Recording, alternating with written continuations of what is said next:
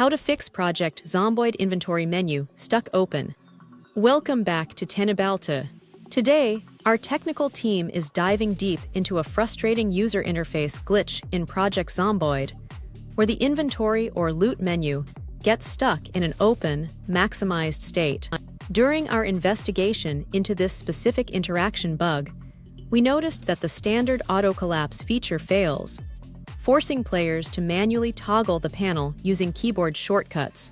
Teknobalta's analysis revealed that this can stem from simple UI state locks, corrupted configuration files, or underlying Java runtime rendering conflicts. We have rigorously tested and compiled a comprehensive diagnostic guide to permanently resolve this interface freezing issue.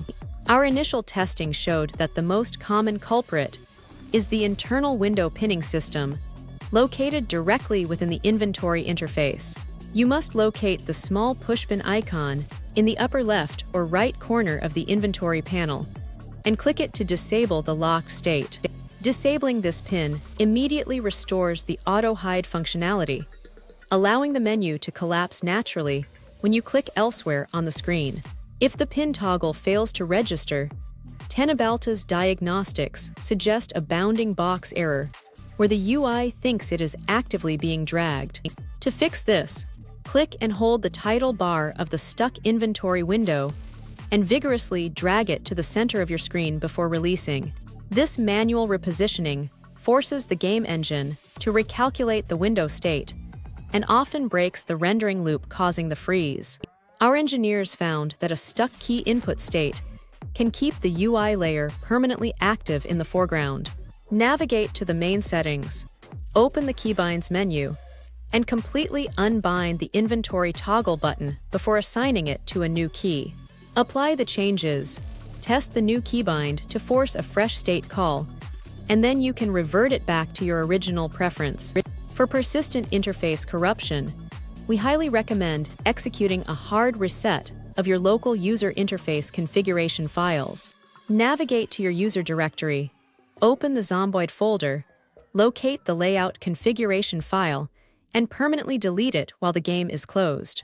Upon the next initialization, Project Zomboid will generate a fresh layout sequence, completely resetting all window states to their default, unstuck positions. Project Zomboid relies heavily on LUA scripts for interface rendering, and our team has observed that a corrupted LUA cache will cause menus to hang. Access your local Zomboid directory again, and locate the folder dedicated strictly to LUA data caches.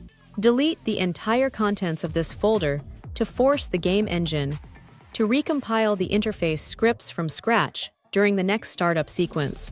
During our deep dive analysis, we discovered that mismatched UI scaling values can cause bounding box desynchronization, preventing the menu from registering outside clicks. Open your display options within the game and adjust the interface scaling drop-down to a different percentage. Then apply the settings, reverting back to your native resolution scaling. After this reset, will often clear the invisible overlap, preventing the menu from collapsing. Mod conflicts are notoriously responsible for injecting bad code into the vanilla inventory mechanics. Teknobalta advises navigating to the main menu and disabling all user interface modifications, particularly sorting enhancements or grid adjustments. Load your save file in a pure vanilla state to verify if the inventory collapse functionality is restored, which isolates the issue to third-party code. Corrupted core interface assets will inevitably lead to erratic window behaviors during extended gameplay sessions. Open your digital distribution platform library, access the properties for Project Zomboid, navigate to the Installed Files tab, and execute a full verification of the game integrity. Our testing confirmed this process successfully downloads and replaces any damaged graphical interface libraries, causing the hang. Because the game operates on a Java framework, memory exhaustion can severely delay interface update calls, leaving menus stuck on screen. You need to edit the batch execution file in the game directory to increase the maximum memory allocation limit, by modifying the numeric value next to the memory flag. Allocating additional system RAM ensures the Java virtual machine has enough overhead to smoothly process window state transitions. If the problem persists, a complete purge of the global game settings is a necessary diagnostic step. We recommend closing the application entirely, locating the primary options configuration file in your user directory, and moving it to the recycle bin. Relaunching the title will rebuild this file from default templates, eliminating any ghost variables that are locking the inventory panel open. Exclusive full-screen modes can occasionally suffer from input hooking failures on modern operating systems, causing the game to miss peripheral mouse clicks. Access the video settings and switch the display mode from native full screen to borderless windowed mode to change how the operating system handles the rendering layer. This transition typically restores proper input registration, allowing the menu to detect when you click away from it. Our technical team has documented multiple instances where overlay software intercepts interface commands, causing the game to drop interaction packets.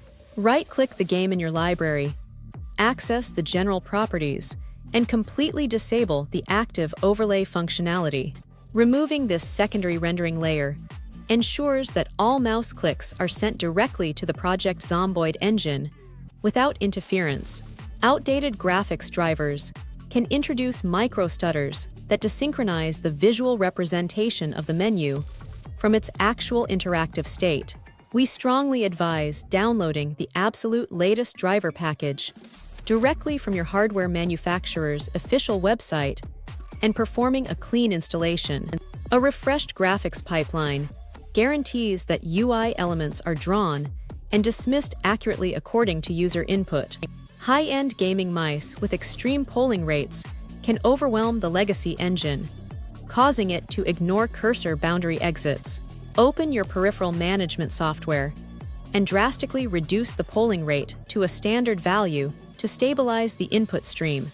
Our lab results show this reduction gives the engine adequate time to recognize that the cursor is no longer interacting with the inventory window.